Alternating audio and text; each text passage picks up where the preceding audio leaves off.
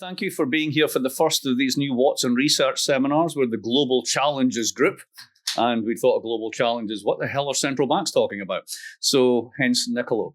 A little bit of background on Nicolò by way of introduction, and a little bit of background for this paper because I'm actually implicated in it. Nicolò did his PhD in Rome and then worked at the Bank of England for a little bit, then worked at the ECB for a little bit, and then we managed to smuggle him in here just before everything shut down for COVID as a postdoc. And when the inflationary noises started to emerge in 2021, shortly after he got here, Nick walked into my office and said, "We should do a book on inflation." And I said, "Why? Isn't this the most overdone story in the world? Always and everywhere a monetary phenomena, etc., etc." And long story short, he convinced me that there was much more to be said than that, in part because the way that people were beginning to talk about this, inflation narratives, were actually quite far off the standard model expectations as to what people would describe. So although there was a bit of sort of digging up the dead monetarists of the 70s and resuscitating the arguments, the actual arguments that were around were actually quite different. You may remember Larry Summers, for example, was talking about we needed a classic Volcker type recession, which is really pointing to labor market dynamics as being the important thing. Then you had Paul Krugman saying, oh yes, it's not the 1970s, it's the 1940s. And somehow people knew that and also understood what that meant and adjusted their expectations accordingly.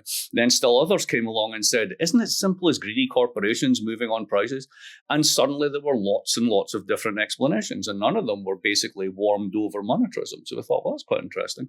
So the first part of the book is essentially what were these narratives, who were saying them, what was essentially the political economy story behind it.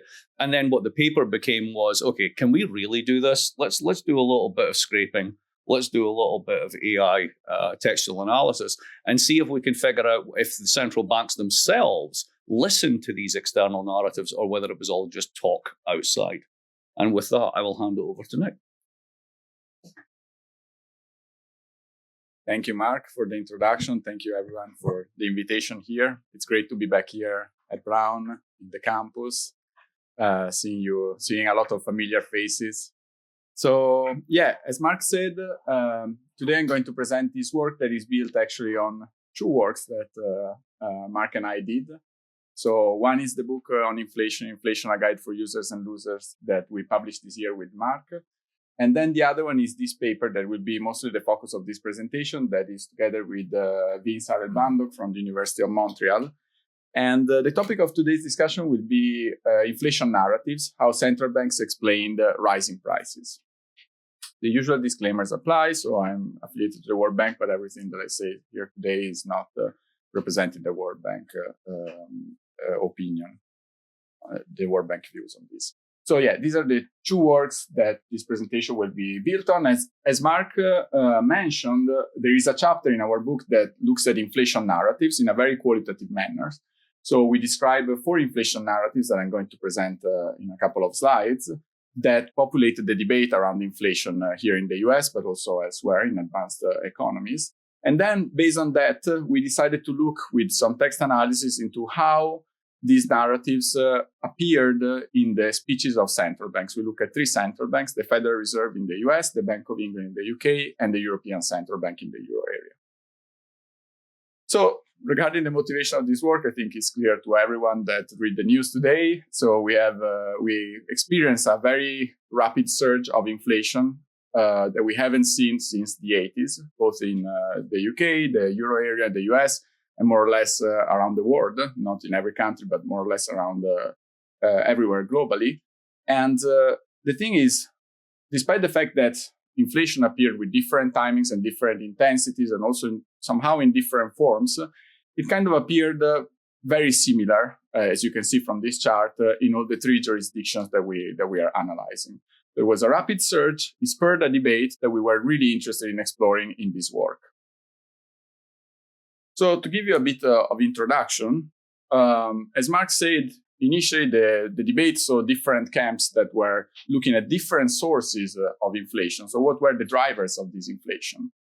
And the reason why it's interesting to look at the drivers of inflation is that the causes of inflation are also strictly linked to the solutions that we want to adopt to fight inflation. So if you remember, and this was something that Mark briefly mentioned in this introduction, There was a camp that was saying that the only way to resolve inflation was to intervene with hiking rates by the central bank, even to the extent that you should generate a crisis, create a lot of unemployment, because that's the only way to reduce prices. There was like Larry Summers. And then there was a camp that was called the transitory team that was saying, look, inflation is really a transitory shock. The sources are a bit different, and we're going to see that in a minute. The sources of inflation are a bit different from what you expect. They come from a shock that is transitory, that is exogenous. So we may not need to really intervene with the central bank that is rising rates, because if it's transitory, it's just going to pass. And so prices are going to go back to normal by themselves. So this is just to give you an idea about why inflation narratives matter, because they really influence the policy debate and the policy response that you're going to adopt if you back one narrative versus the other. And what we are trying to do with Mark is really not trying to, we're kind of trying to be agnostic. We're not really telling you this is the right narrative. We may have our own opinion about it, but we're trying to just present them as they are and see what really happened in the debate. While in the book, we analyze the debate more as a sort of public debate, a debate between economists, so also an intellectual debate. In this paper, we're going to look at central banks. And we gave a definition of narrative, inflation narratives, based on previous work by Mark. Inflation narratives are causal stories that rely upon a model, implicit or explicit, of the factors that lead to a general increase in the level of all prices. So we started with this very simple definition. And we identified 4 narratives that I'm going to introduce you in the next slides that find a cause of inflation, that find a driver of inflation. And what is interesting once you look at the public debate is that inflation narratives today divide the public. So there is a recent paper by Binetti, Stanceva, and co-authors that find that, for instance, households that are affiliated to a Republican ideology tend to think that the main cause of inflation is government spending, whereas Democrats tend to think that less compared to Republicans, whereas they're more likely to think that inflation is driven by firms that try to increase their corporate profits. So you see that there is an ideological divide into this that is not really just interesting from a political science perspective, but it has some economic consequence. We were just talking about inflation expectations a minute ago.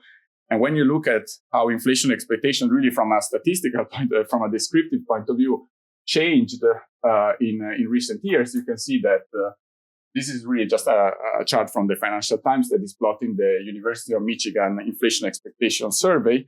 You see that Republicans tended to think that inflation was going to be higher just before Trump won. And then they started thinking that inflation was going to be lower compared to Democrats that started expecting higher inflation once the government changed. So you see that there is a partisan bias in the way that people think of inflation. Here we're talking about households, as we were talking about a minute ago.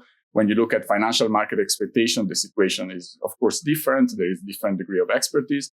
But you see the economic consequence behind having different perception about these narratives is very relevant. So in today's talk and in the paper that I'm going to present today, we're going to focus on a very specific actor, which is central banks. So we were really interested in understanding how central banks related to these narratives, whether the narratives that we consider were discussed by all the 3 central banks, whether they were discussed with different intensity and in different ways. Why central banks? Well, it's obvious to many of you, but those are the institutions that are entrusted with price stability as an objective. So they are the institutions that are there. They are independent, usually from the government, with different degrees, but exactly because they are those that have the responsibility of keeping prices stable. So they have the responsibility to fight inflation with their monetary policy tools. So that's why they're particularly interesting for this quest. So we analyzed 4 inflation narratives. There are narratives that we identified in the book, and that here we will analyze with the text analysis on the speeches of the 3 central banks. The first narrative is that inflation derives from government spending. So as you all know, with the COVID recovery in the US, there was a lot of spending from the government. This generated a fiscal stimulus that was also combined, if you want to think about it in a more articulated way, was also combined with a lot of expansion from the central banks as well. But most of the narratives focus on the government spending side. And if you give too much money to people, then there is too much money chasing too few goods. So you create too much demand that is going to generate higher inflation. So this is one narrative that became very prominent from the very beginning. So even before inflation appeared, people were saying, look, you're spending too much. This is going to generate, there is the risk that this is going to generate inflation in the future. There are counter arguments to this narrative, and we will see that there are counter arguments to all of the four narratives that we analyze. One of the counter arguments is that there was a lot of government spending in the US, but inflation appeared also elsewhere where there wasn't really like a similar amount of government spending compared to the US. There are also more articulated counter arguments, but if you want, we can look at them in the discussion. Then there is another narrative that looks more at the role of workers and wages.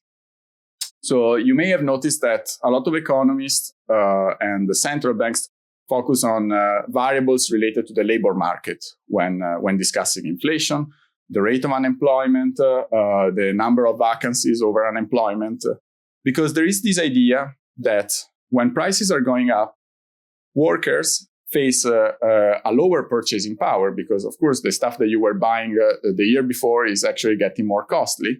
And so what you're going to do is to ask for a higher wage. As you ask for a higher wage and the firm is granting you a higher wage, then the firm is receiving input costs that are higher because it has to pay wages that are higher than before. And this is going to translate into higher prices in their products. So there is a loop that goes on, and this is known in economics as a wage price spiral. So there will be the worker that keep facing higher prices because the firm is charging higher prices, and then the firm will give wages that are higher, and these are going to translate into higher prices. There is evidence, however, that these wage price spirals are very rare historical events. So there are papers that show, looking at historical data, that this doesn't really happen as often as we think, even if it's something that happened in the 70s. So it was very solid in our memory of the recent inflation bout in the US. Then there is a narrative that looks at supply side shocks. And by the way, both these two narratives are, of course, suggesting that the idea to stop inflation would be to increase rates from the central bank. And indeed, like all this narrative that is suggesting that the way to get out of the inflation problem is really to even generate a recession in its most extreme version. The supply side shock view is the view that is instead seeing inflation as an exogenous shock that is transitory. So inflation is appearing because we have some disruptions in our value chains that are generated by COVID and all the problems that it created in the economy. So of course, some firms went bankrupt. Some firms had to replace the pieces of their value chains. Transport costs became higher. Containers became more costly. There was also a war, of course, that adds to the supply side cost that generated inflation. The Ukraine-Russian war that generated higher costs. And this was particularly important in Europe, which was more dependent from energy costs, from energy sources in Russia and Ukraine, and also from food prices in Ukraine. And according to this view, increasing rates from the central bank is really not as essential as it could be for the other two views, because if the shock is temporary, is driven by exogenous factors, increasing rates is not going to do that much because it's not going to solve all those pressures that are external, that are really not generated domestically. One counter-argument to this supply-side view is that there are empirical papers that show that the sources of inflation are not just supply-driven, but they're also demand-driven. So it's actually a split that is not truly 50-50. There is still like a majority of sources that is deriving from the supply side of the economy. But still, this doesn't really explain the other share that is explained by demand shifts in the demand movement. And then there is a fourth narrative that is probably featuring a bit less, but it was quite prominent in the debate, especially in the US and in Europe, that is corporate profits. So there is inflation, and firms take advantage of inflation by charging prices that, yes, are higher because of higher input costs, but they're even higher than what input costs would require to increase them by. So in this view, corporations are sort of taking advantage of the inflation period to charge prices that are higher and to increase their profits. And there is some evidence that this is happening. So there is some evidence that in particular in sectors where there is higher concentrations among firms, there tended to be higher profits. But of course, it's really difficult to say whether this is really a mechanism for which firms do it intentionally and whether these profits are really deriving from what is called greedflation, so from the tendency of firms to really try to get more profits out of it, or it's really deriving from higher intermediary goods cost. So the evidence is there, but it's not really strong on the causal side. So there is some statistical evidence, but it's really difficult to build this causal relationship. So what we do in the paper is to take these four narratives and look at the speeches of the three central banks that I mentioned, the Federal Reserve, the Bank of England, and the ECB. We look at them from year 2006 up until 2024. And we collect the speeches mainly via web scraping, a part of the ECB that has a database of speeches that is freely available. And it's done exactly for people that want to do text analysis, so it's quite handy. And we do the usual stuff. We pre-process the data, we clean the text, and we divide it into sentences. So that's our main unit of analysis. And we filter all those sentences with references to inflation. So those are the sentences where we want to see what type of narrative around inflation is taken into consideration. And we use a language model that is called GPT-4o that tags sentences through relevant narratives. And what we do is really similar to what you probably have done already with ChatGPT. So you really write a prompt and you teach it how to recognize those sentences that are related to a specific narrative. So what we do is really we take a sample of sentences that we label according to the narratives that should be identified as one of the four narratives, and then we train it to recognize these narratives. So we do some validation by addressing false negatives by using a more standard keyword method. So those methods are used in text analysis where you have a list of words that are related to a certain narrative, and you find those sentences that have those words, so that kind of relate to that specific topic, and that's to analyze those false negatives that could yield from this method. And then a validation by comparing our results to the results of human coding that we did together also with a research assistant by categorizing the sentences that are categorized to a specific inflation narrative. And we see that the code is doing a very good job because there is between 95 and 99% of agreement with the human coder.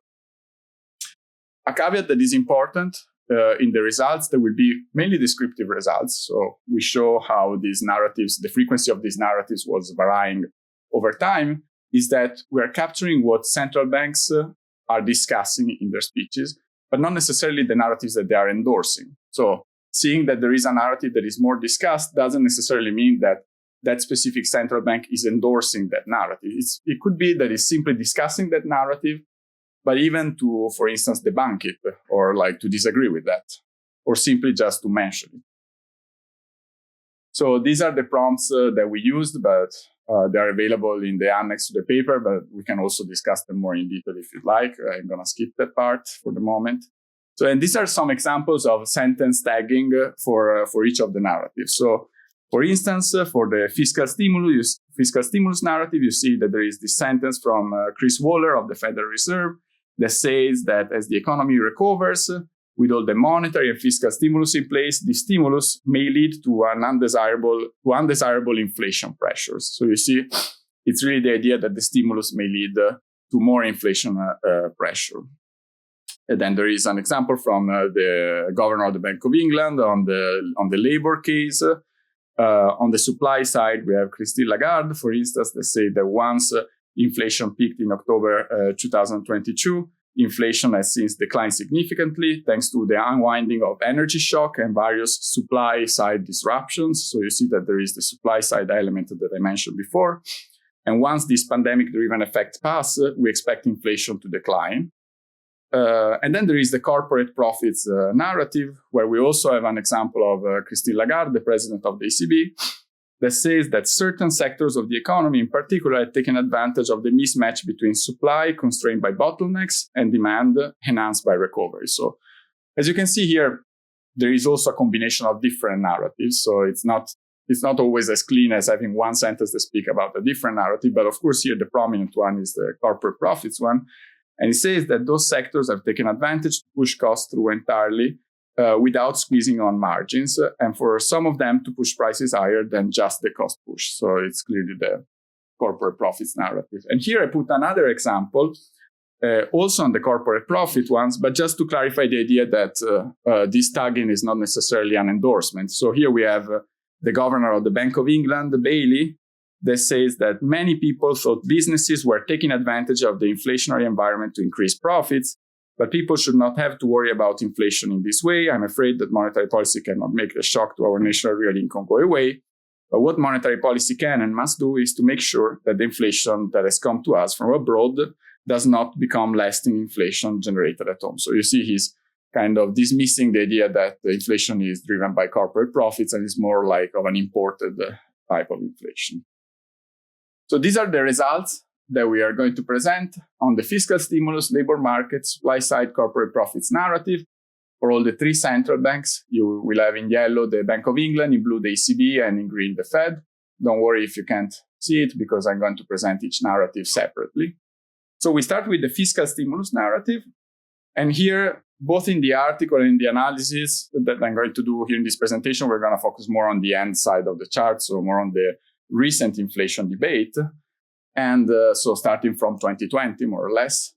And you see that the fiscal stimulus narrative, so the idea that inflation is driven by too much government spending, was very prominent since the beginning in the speeches of the ECB in blue and the Bank of England in yellow, whereas it was way less prominent in the case of the Federal Reserve. So the Federal Reserve discussed it less, which initially was something that we didn't expect that much, because we said, okay, it was really part of the American debate where people were considering government spending for COVID recovery to be one of the main sources of inflation.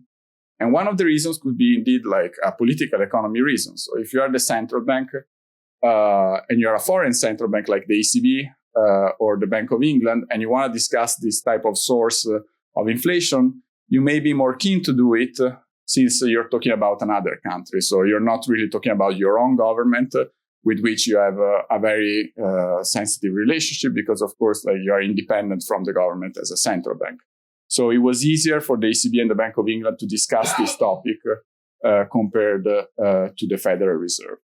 But there is some discussion also from the Federal Reserve in relation to the fiscal stimulus. So the Bank of England is very cohesive.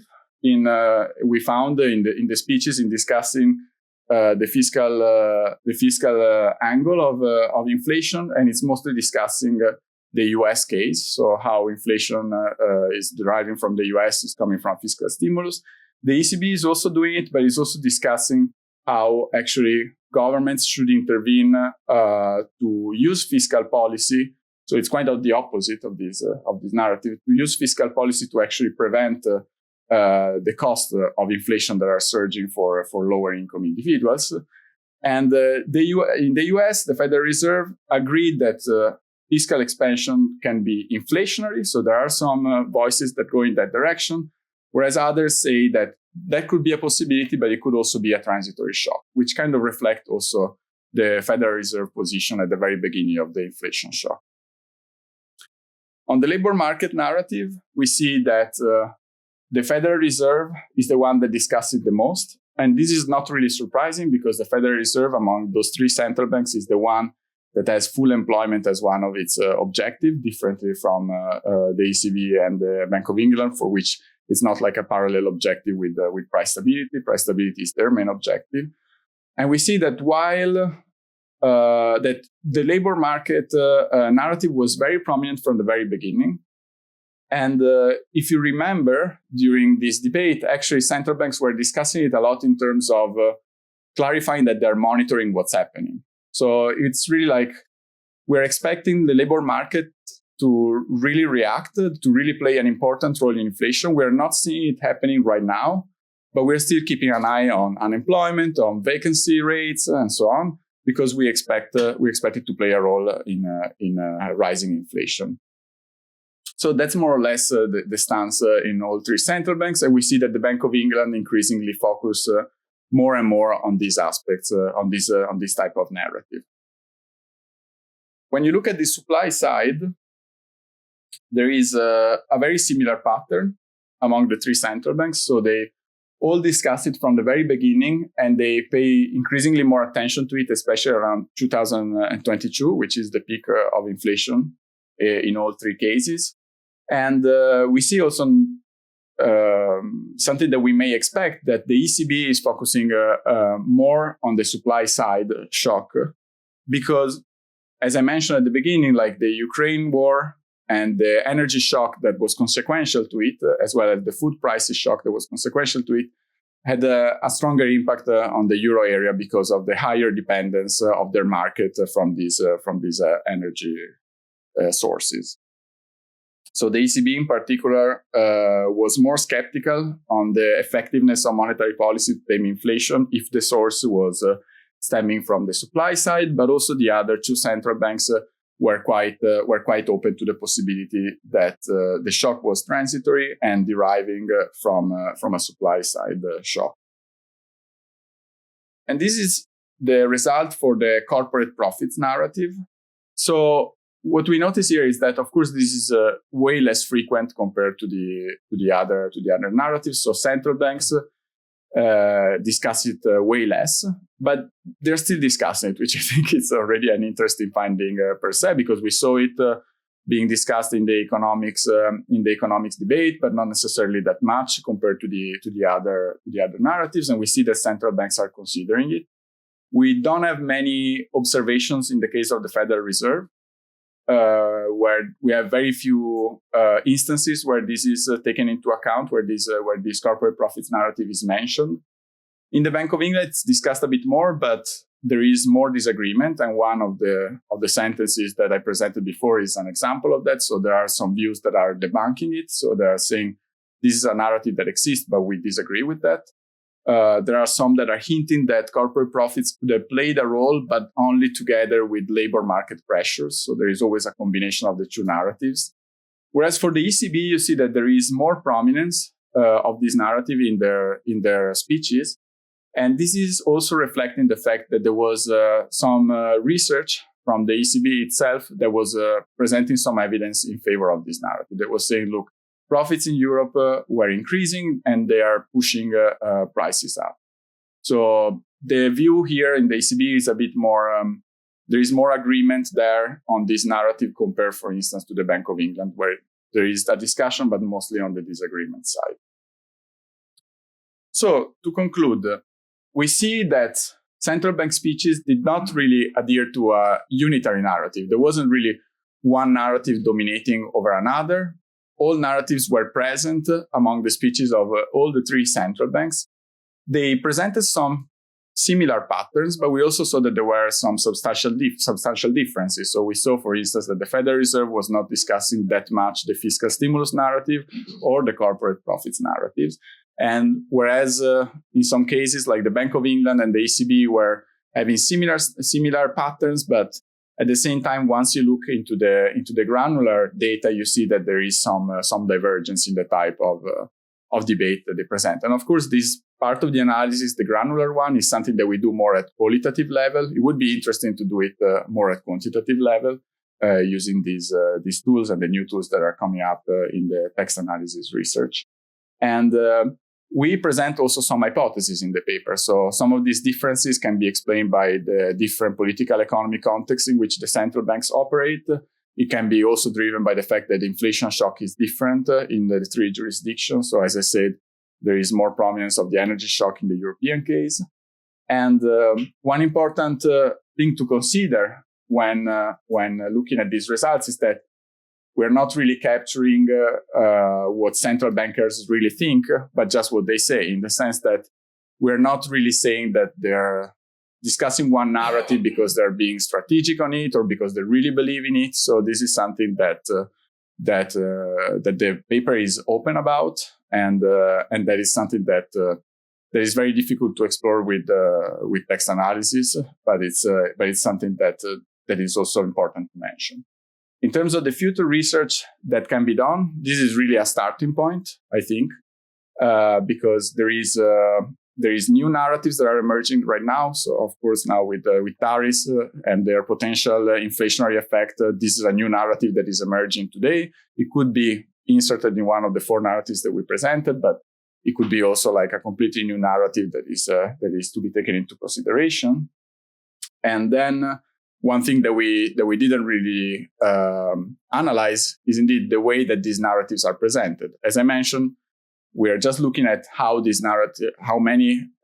frequently these narratives are mentioned, but we don't see whether these narratives are mentioned because the speaker is supporting them or opposing them. So this could be also some interesting type of research that one could do with the same tool that we used, but just refining it. And then I think another interesting aspect would be to go beyond the three central banks that we analyzed. I know here at Brown, there are a lot of you that work on developing economies, and that could be a very interesting aspect. So is the inflationary debate and the narratives that were taken into consideration by these three central banks, are they the same when we look at central banks in developing countries that had to face also inflation challenges and had also to hike rates?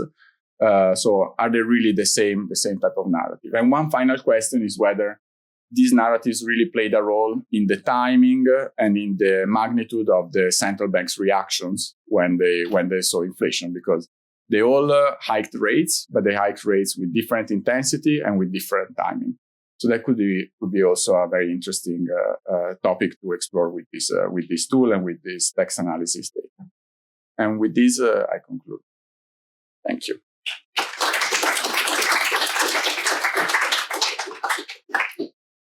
You can field your own questions. If we sit down, I can't hand out microphone. You might as well. I'm going to stay here, yeah. I will be the mic. Pass around. So.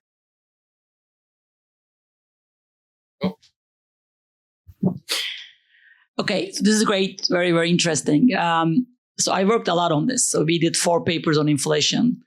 And I believe we are the first because I presented at WHO January 2021. So when before even we realized inflation is going to be that high. And that paper titled Economic Case for Global Vaccinations, but paper made the point that if we don't do something about globally vaccinating the world, it is going to be inflationary everywhere because the supply side story very important. Yeah. And then we did another paper exactly because at that point, January 2021, we didn't have any data. And then we did a paper for June 2022 ECB Sintra meeting. That's the inflation paper where we brought all these narratives together and we look at both the demand and supply side, because the way to bring these together is demand and supply coming together, right? I mean, why? Because the shock is a health shock. The shock is a health shock. So first, before the war in 2020, it's the labor supply shock, right? You just cannot go to work. And then that's why the stimulus comes. That's the demand side. We did another paper joined with Pierre-Olivier Gorinchas for Jackson Hole in 2021 that actually does a very good comparison of emerging markets and the developed countries. And the narrative is the same everywhere, right? Everybody talk about these 4, but at the end it comes together that the original shock, health shock, labor supply, then added the energy part. But then because governments needs to respond to the original labor supply, that's the fiscal stimulus. And even though US one was just very high, in trillions, because it was checks and programs like PPP, which is like $1 trillion. If you look at the European numbers and developing country numbers, they are quite high. They did it in different form. They didn't send checks to people, but it is Germany come actually very close to the US levels when you turn to dollars, which, we put all these numbers in the 2021 Jackson Hole paper.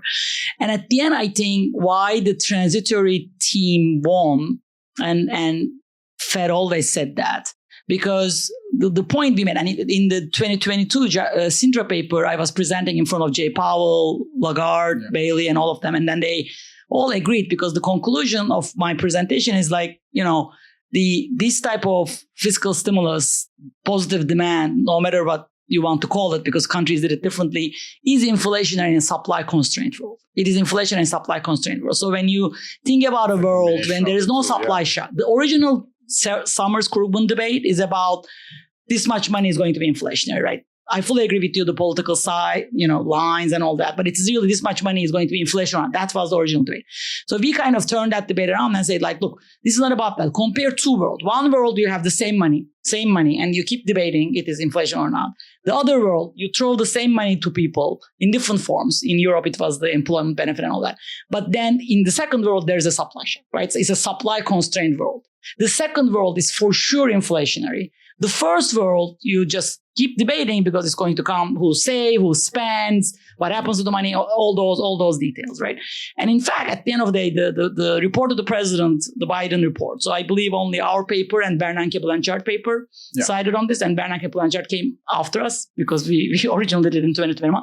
So, but I think this is very important because this is something that brings the narrative together, right? You are increasing demand in a supply constrained world as opposed to you're just increasing. I think this is very, because then you can bring the wage price spiral in, you can bring the whole greedy profit thing in. Why? Because again, I fully agree with you that there is not evidence on the whole profit side. But if it is, original thing is a shock to labor, right? It's a health shock, it's a cost plus shock. Then also you cannot really separate if it is a markup, a profit thing, or is just like, firms have higher costs in a world where labor is complementary to steel and lumber and wood, and you cannot get those because you take them from Brazil and all that. So, and I think, it is very good to separate them, but I think there's also a merit in combining the demand and supply, because demand was always endogenous to the original supply shock, right?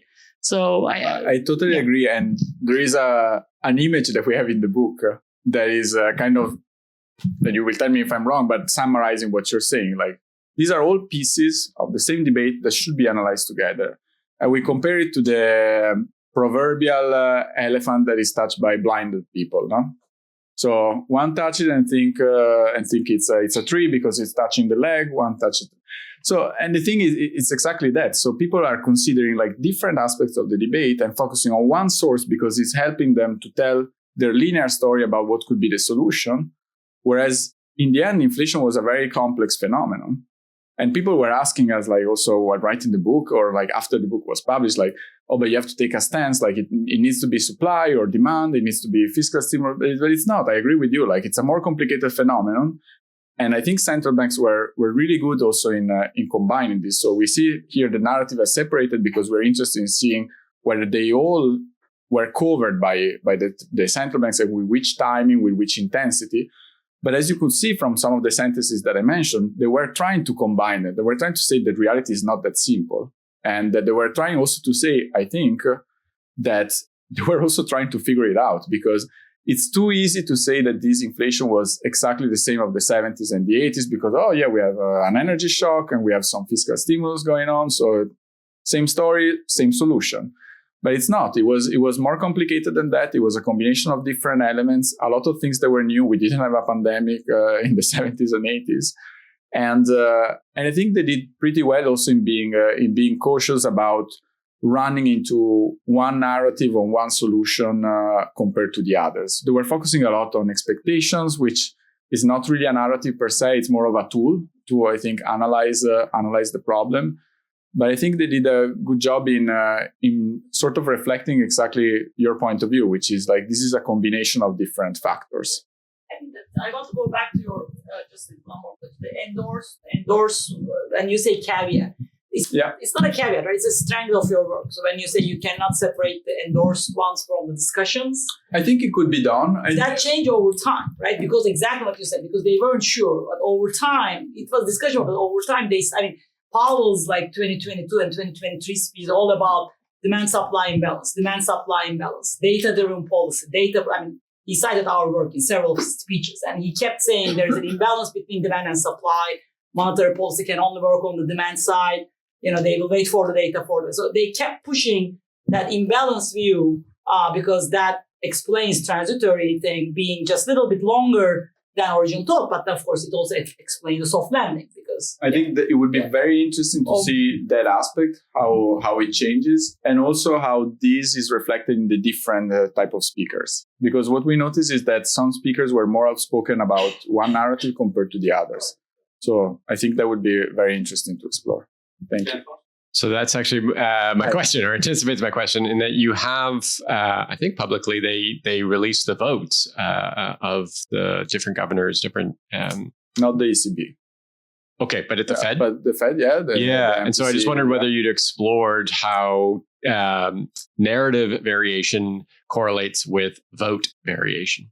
That would be we didn't do it in the paper. That would be very interesting. One challenge that we see with that is that there is a mismatch in the frequency between the votes. That would be like we have always the same people voting at the same time, whereas with the speeches, you don't have the same frequency. Do you have a kind of regularity when you look at the chair of each central bank? Because, for instance, the ECB has to appear at certain fora every year, like twice, 4 times in front of the European Parliament and so on. But when you talk about when you look at the other members of each board, it's a bit more complicated because there isn't always that regularity. It really depends on the different agendas that they have. If you have more frequency, like if inflation lasts for longer and you can have a larger database in terms of text, that would definitely be a super interesting question to explore. I'm sure you could just bin the comments between votes, right? You could just say, okay, every time they spoke about it, which narratives did they use? What I'm worried about is that you have maybe one comment between 2 votes and that's it, so that you wouldn't have enough observations. But if there is enough frequency, that would definitely be an interesting research question. Yeah, hi. Super interesting. My comment actually kind of was almost the same as Jeff's, but kind of again to make it a little broader, which is I'm completely convinced that there are different narratives, that people espouse different narratives. I'm convinced that it's really interesting to see this variation, but I did again want to push you into terms of one, what are the possible consequences of this? Like how does it manifest in terms of, I was also thinking of voting, but I was also thinking of, is there other scholarship that you know of that has tried to kind of take these, has also tried to look at the impact of narratives and the way in which they manifest, and also to me, when they change and how they change, can you see that among an individual or among a certain set of people when a narrative might change and what might lead to that, which of course is the broader question of where do these narratives come from in the first place and how and where do they get shaped. But it's a really interesting project. And so this is more about really trying to get leverage about, where the narratives come from and any kind of more visible, concrete manifestations of how they actually change the outcomes. Yeah, no, the short answer to that is that I agree that it would be super interesting for those boards like the FOMC in the case of the Federal Reserve and the MPC for the Bank of England. There is some research showing that there is an impact in the positioning of certain members based on the background, on the education. So these factors do play a role in their decision. On the narrative side, I have seen less. I'm trying to think about something, but there is a lot on really looking at their history, like their background, their gender, and how these really impact the way that they take decisions in different settings. Even the setting of the board itself, like how decision making is done, also seem to impact the way that people express their views. But on narratives, I don't think I've seen anything so far.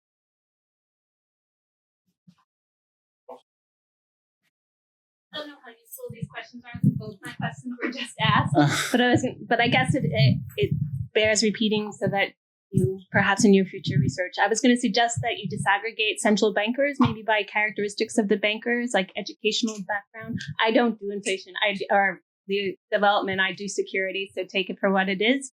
And the second was wondering about the influence of the narratives and the solutions that they propose and how that fed back into future narratives and.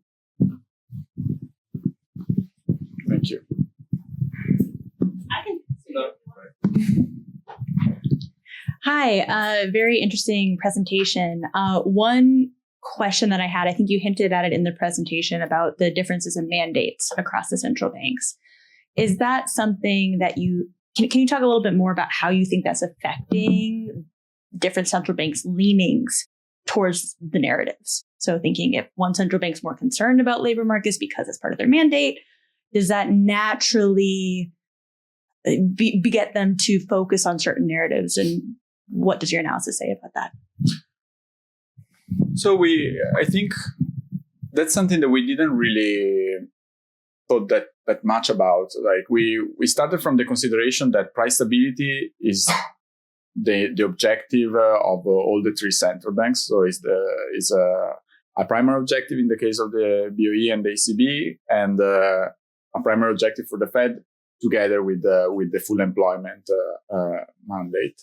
So the only consideration that we put related to the objectives is the one that you were mentioning, that I mentioned in the presentation. So the labor market narrative is more prominent for the Fed. I think there is also like some part related to probably the institutional culture of having a lot of economists that are just working on that, and they're super expert on that topic, and they do a lot of work on that. So they have a lot of input that is fed in the board that I think comes from that. So they have already an institutional infrastructure that works on that.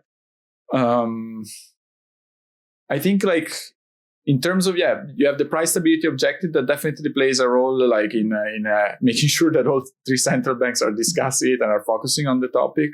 But a part of the difference on the full employment mandate, I'm trying to think about something else that could really play a role in shaping it. And of course, if you have ideas on that. Well, you did have a bit of that, and we had a little bit of that in terms of the suspicion that the Fed talked about stimulus less because there's an incentive not to do so because of partisan composition. And this guy, I'm on the paper, so I get to say something, right? So I mean, to respond to the sort of the narrative point as well, I mean, this is more my neck of the woods than next. And what we did in the book, and part of what we were trying to do was to deflate this notion, the sort of the commonplace of like, we all suffer from inflation, which just isn't true. Some people make out like bandits that are distributional consequences, etc. So essentially, there's a very simple political economy in this of basically, when you get to say what causes it, you get to blame that thing as being the thing, and therefore that thing needs to pay for it, right? So within each of these, it's very, very straightforward. It's essentially, if you are someone who basically thinks that the government always and everywhere just prints money and there's time expectations as, problems and they'll always, et cetera, right? Then you will just go, see, it's them, that's it, and this is another excuse to beat them down on it, right? On the other hand, if it's labor, on the other hand, if it's corporations, the fact that there's an obvious partisan divide between Republicans and Democrats on whether it's corporations or whether it's the government, I mean, it just speaks volumes. So where do these narratives come from? From interested parties who are protecting their asset position and their income streams, and also from those who are using this as a moment to intervene precisely for these reasons. So I think there's a very straightforward political economy story in the narratives that way. And that's actually what we do in the book. That was the whole point in looking into it. This came after, right? Once we did that, we went, I wonder what happens at a sentence level in the central banks. And that's where that came from there. Yeah. Sorry. I just had one small follow-up comment before handing it over to Fernando. There's some work done by Claudiana Estreffi, who's now at the ECB, and she has done quite a bit of work for looking at the exactly the questions earlier about the ECB members speaking in between policy meetings and looking at financial market responses. But she's someone who I would highly recommend reaching out to, who might have some data access for what the individual members are saying in between meetings, to address those earlier questions. So I think she would be a great resource for that. But yeah, that was. Just one thing to add. I think the objective is one aspect, but I think in general, central bank governance aspects are definitely relevant. So Mark hinted to the idea that some central banks are more independent than others. The ECB have historically had more tendency of speaking about the type of fiscal policies governments could engage with. There is no fiscal counterpart to the ECB. In other cases, in other central banks, it's a bit more difficult to do so. So definitely governance plays a role, the objective being one of the aspects. You had a few buckets for narratives, labor market, supply side, this and that. How are those chosen? And how do you choose them?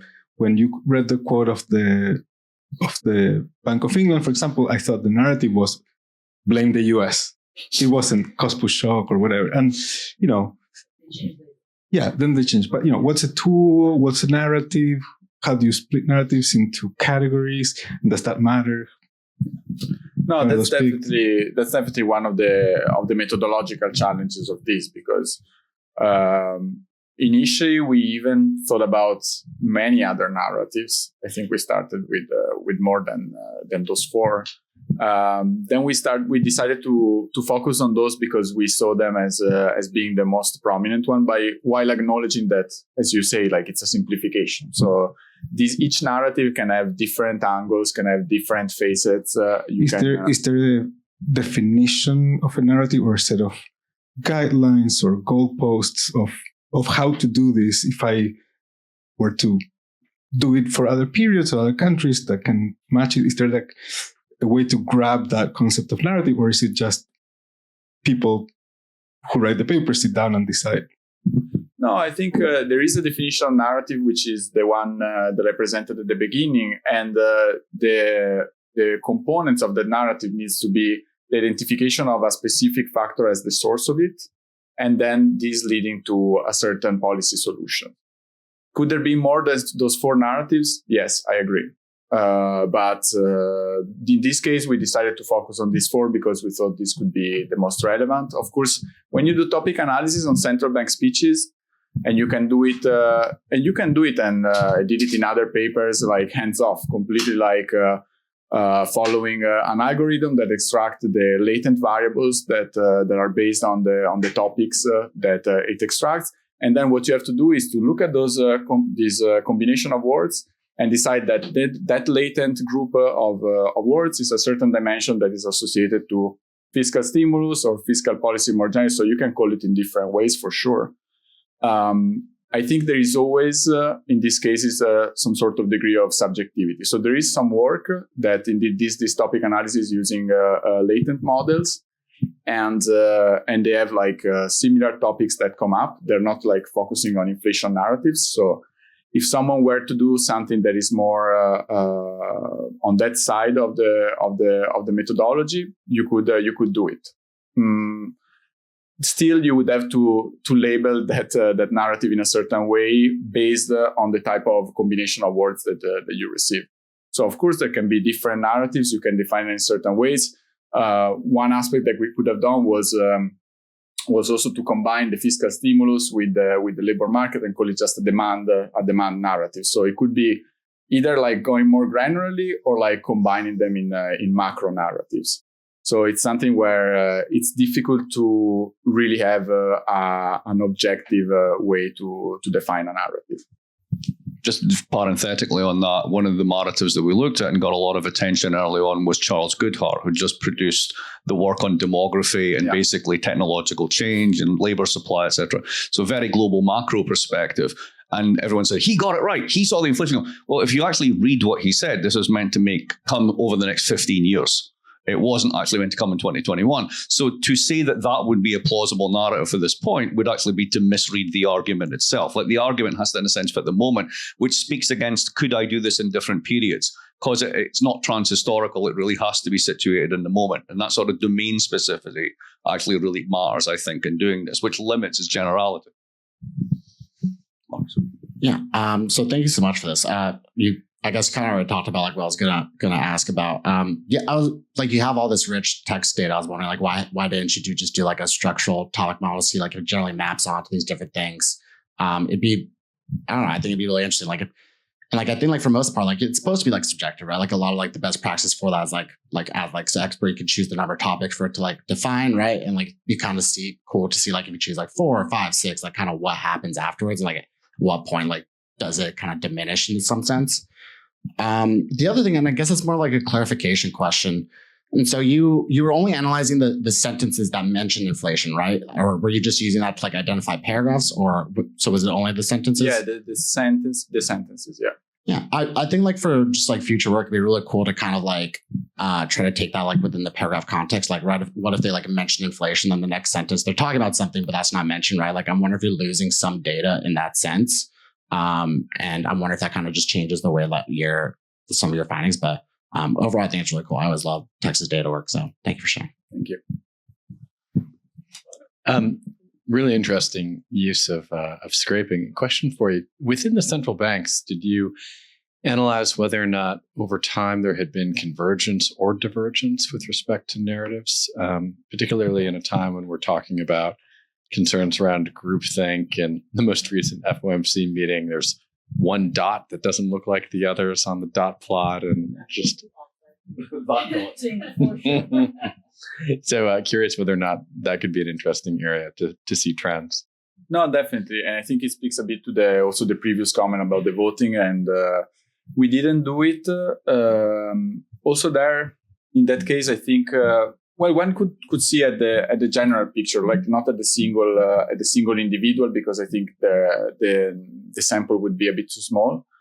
But that's something that we don't do, and that I think would be very interesting to see how they diverge, how they tackle different narratives, and how they discuss them in different ways. So, and it would also be interesting, as someone was mentioning before, like for the ECB, you don't see how they vote, but you see how they speak. So that could be also an interesting way to explore it. Yeah, and with the Fed, I just think the sheer number of speaking engagements that they seem to be engaging in these days, it's interesting. So you've got Jefferson on one hand and Mirren on the other. Yeah. Now that you have that dot, do you see greater convergence? Right? Does that drag them together in a sense? Yeah. Oh, thank you so much. I think previously there was mentioned about how ECB and Bank of England tends to talk more about the American aspect of I forgot the exact categorization's name, but whether you consider splitting the international pressure and the domestic side of the both. So like, for example, like there's more money coming from the domestic side, or like internationally, this is something that we can't really, the bank that themselves cannot really take care of, So I was wondering if you've considered splitting them and what effect it will have, you would think. And another is you talked about how households divide on ideas based on ideologies. And I was wondering, because inflation is always such a big election issue that talked about. So I was wondering if these central bank narratives translate to like how politicians talk about inflations, or are they just like fixed in sense that like no matter how much central banks talk about different narratives, they're just fixed in which Republicans will always talk about and the Democrats will always talk about this. So I was wondering how that narratives can translate over to the political sphere. That's a very interesting question. There is some recent research looking more at the role of media in influencing opinions around inflation and inflation expectations. And I think if I were to really guess, I think media play way a more relevant role than central bank speeches in influencing definitely the public and probably also politicians. But this is just a guess. It would be interesting to see whether this is happening. I think the general public is not really that attentive to what central banks say. Politicians, I'm not that sure, but I would say that, for instance, media would play a bigger role. On your other question on the domestic and international sources of inflation, we didn't really look into that. That would be probably a topic that would emerge if someone were to do like some more like latent topic analysis, I think. Here we were more looking at this disaggregation by thinking about these other four sources, but that could definitely be one way to look at it. Thank you. Yeah. So something that stuck out to me when especially the fiscal stimulus graphs is that the volume goes up a lot post 2009, and then it's like way less important during COVID. And I was wondering if like you have any evidence for like economists learning over time or looking to past events to kind of understand like where the inflation is coming from, because I know like post recession, people are like, oh, the government spent a lot. There's going to be some sort of bump in inflation that we never saw. So I'm wondering if there's some sort of like information, like looking towards the past in order to like talk about future. No, this is an interesting. It's not something that we looked at, but we read a lot about what economists were saying, what central banks were saying, not really in their speeches, but in their research. And thinking about that, I think that there is some pattern where you see them discussing a bit more like a certain narrative when they have some publications coming out. So, and a lot of central banks, like in their speeches, they cite research. So I mean, as we were just hearing here. So I think there is definitely a sort of mechanism that works in that way. So central banks, for instance, the ECB case is probably the clearest one, where they have like a bulletin article that comes out focusing exactly on the role of profits in driving inflation, and then they start citing it, and so these speeches start talking more about this type of narratives. And the San Francisco Fed published some work about the role of the fiscal stimulus in driving inflation. They also did stuff on profits and on the supply side. So they talk about all these type of narratives, but I think there is for sure like a mechanism for which economic research inside and outside the central bank feed into these speeches. Bring us home because it's 5. Okay, let me add. Okay, so this a lot of questions like this kind of, where is this narrative coming from? Which is why I think your thinking on like, let's try to separate endorsed versus discussion is super interesting, because all the political economy stuff will go to endorsed. So the narratives, I was a senior policy advisor at the IMF in 2020. And in 2020, so we went home with the lockdown, March 2020. And everybody was like running around like headless chicken to figure out, is this a, demand shock? Is this a supply shock? This is before even the first package and all. And every single country is focused on the bottlenecks and supply chains and the supply side originally. But what was missed is like, the output collapse. Everybody realized when all the factories are under lockdown and all, output is going to collapse. Nobody focused on the inflation side, right? So, and then, research everywhere, right? All the institutions and all that. But these narratives central banks later picked is all coming from endlessly, I was in discussion with IMF and US Treasury, and then the Bank of England was involved, ECB involved. So, but they involved later, right? Originally, like all the institutions start doing their research, try to figure out the narratives, right? And there was a lot of this kind of bottleneck supply side story first. And of course, everybody focusing on the output collapse part. I remember these figures like where output going down and the epidemic curves going up, and, then later, once the vaccines discovered and then started being distributed, which is the end of 2020, and then, people started to realize, oh, wait a minute, now this is going to be inflationary. And what is missed there is the persistent, the transitory permanent nature. Because if somehow the recovery became very quick when the supply chains also opened up, there wouldn't be any problem, right? The problem is recovery happened so quick, everybody got vaccinated, especially in the rich countries. And then the supply chain didn't recover. I was in a panel in March 2021. Me, IMF people, OECD people, WTO people, and all that. And, I was the only one saying, look, this is going to be inflation because the bottleneck is going to last. And everybody predicted, no, by April, we will be out of the bottlenecks. And the only people at that point saying bottlenecks will go till 2022 is our work, and also CEOs of all the major shipping companies. All the major shipping companies saying this is going to go into 2022. Now, bringing this, to the political economy side, the entire energy story completely came later. And Europeans made it as the main story. That's the central bank. Now, central bank endorsing certain narratives like come up from all sorts of different people, originally focusing on all the bottlenecks. But later, central banks endorsing narrative and making them the public face because of their own goals. The war is February 2022. If you look at our figures, the inflation is 2021.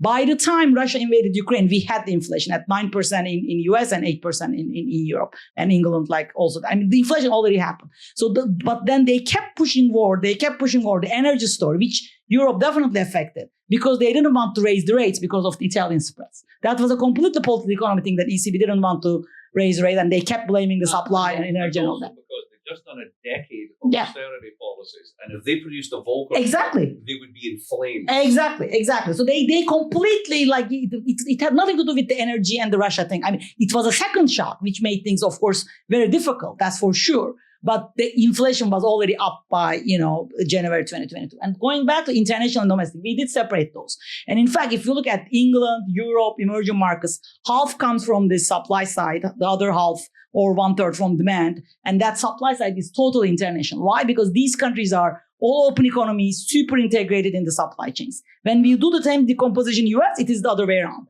2/3 come from the fiscal side and 1/3 from the supply and international supply chains, because US is practically a closed economy compared to those countries, right? To England, Europe and all that. So in that sense, I think like this, narrative endorsement by central banks, going back to the way they evolved their characters and all that, that kind of, evolved over time. They didn't invent their narratives, but they kind of endorse different narratives over time. More useful than others. Exactly. And definitely because of the political. So that part is, I think, super, super interesting. And nobody really talks about that. I think it's super interesting. Thank you very much. And it's 5 o'clock. We all have other places to be because this is a late seminar. Thank you all for showing up and a great conversation. And thank you, Nicolò.